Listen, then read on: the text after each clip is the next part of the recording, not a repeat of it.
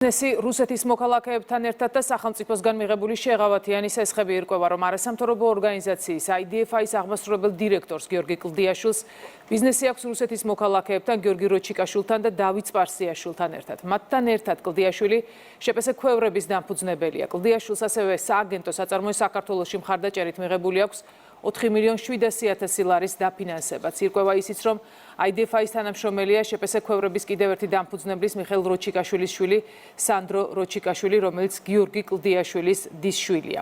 გიორგი კლდიაშვილი ქრონიკას კონკრეტულ კითხვებზე პასუხებს არ სცემს. შენ მოგიწოდებენ საქცია დაუწესო რუსეთს, შენ მოგიწოდებენ რომ მოხალისები გააგზავნო, შენ მოგიწოდებენ რომ მოლოტოვის კოქტეილი ისროლო. თვითონ ჩირქვებში არიან, თვითონ ბიზნეს აკეთებენ, თვითონ სახელმწიფოსგან მშვენივრად იღებენ იმ რესურსებს, ბიზნეს რესურსებს და რაც აურია რუსეთის მოქალაქეებთან ბიზნესები აქვთ. ეს არის ამათი ხელწერა, ამათი სახე. აი ამ დიდარი არასამთავრობოების. ამიტომ კიდევ ერთხელ ნათლად და მკაფიოდ ქართულმა საზოგადოებამ ამათ თავისი ადგილი მიუჩინა. ტყუილად არ არის, რომ დარბიან, რაქნან არიციან.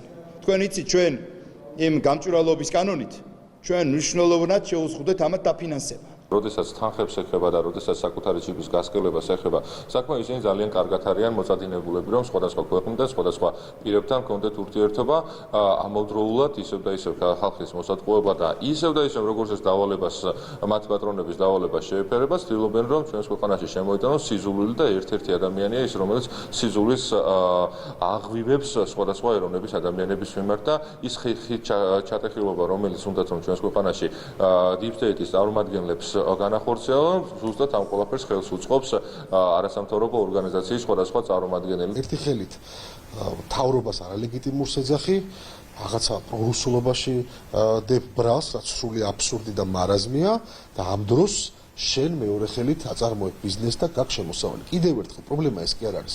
პრობლემა არის მათი მორალური სახე.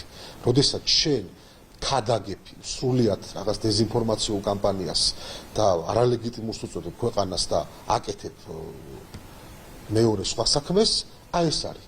და ამას საზოგადოება ძალიან კარგად ხედავს.